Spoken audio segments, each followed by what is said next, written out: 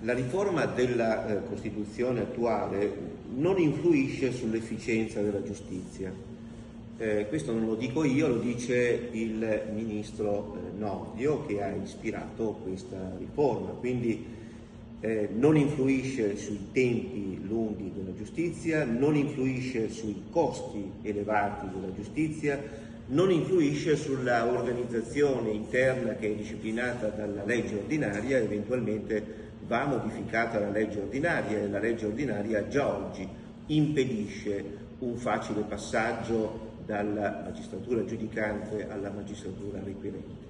Questa riforma costituzionale in realtà tende a portare ora al voto la comunità per un voto di tipo plebiscitario, un voto plebiscitario sì o no sulla magistratura, e questo è un aspetto piuttosto pesante e grave.